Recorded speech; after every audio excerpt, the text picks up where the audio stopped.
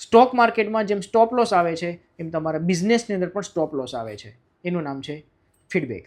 એટલા માટે તમારા બિઝનેસમાં સમયાંતરે તમારે ફીડબેક લેવા ખૂબ જરૂરી છે. કસ્ટમર પાસેથી સમયાંતરે ફીડબેક લેતા રહેવા જોઈએ.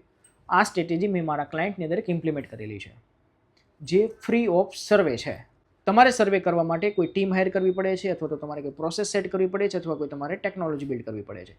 પણ ફીડબેક એ તમારું ફ્રીનું સર્વે કરનાર એક પ્રોડક્ટ છે. કઈ રીતે?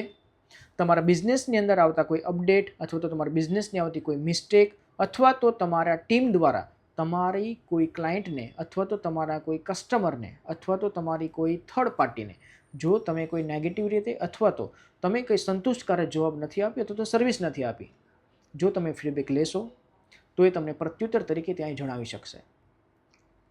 એ પ્રત્યુત્તરને આધારે તમે તમારી સિસ્ટમની અંદર તમારા બિઝનેસને તમે અપગ્રેડ થઈ શકો છો.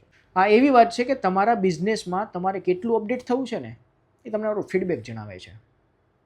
એટલા માટે જ કહેવાય છે કે ફ્યુચરનો મોટો આવતો લોસ તમને ફીડબેક દ્વારા એ સ્ટોપ કરી દેવામાં આવે છે.